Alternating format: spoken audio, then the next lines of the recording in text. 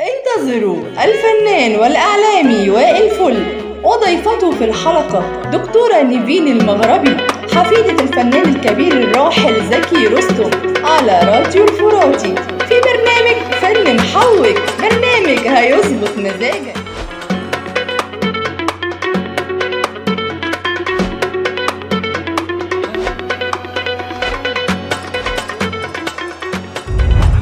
عندكيش 50 قرش؟ حياتك عندي ما هيش أعز من حياة الشعب يا كافر.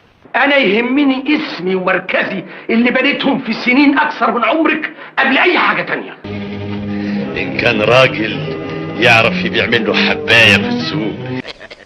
روح يا شيخ الله يعمر بيتك.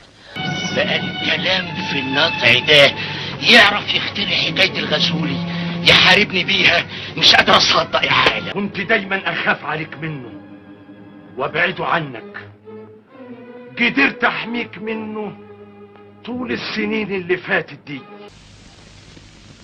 نويت اصلي ركعتين لله.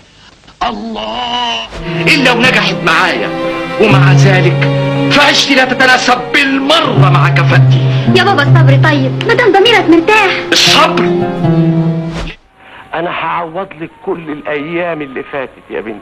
أنا خايف عليك من الناس، النخل اللي حوالين السرايا، كل نخلة بيتهيألي إنها راجل هيخطفك مني. اخرس يا كلب، اوعى تقول الكلمة دي تاني.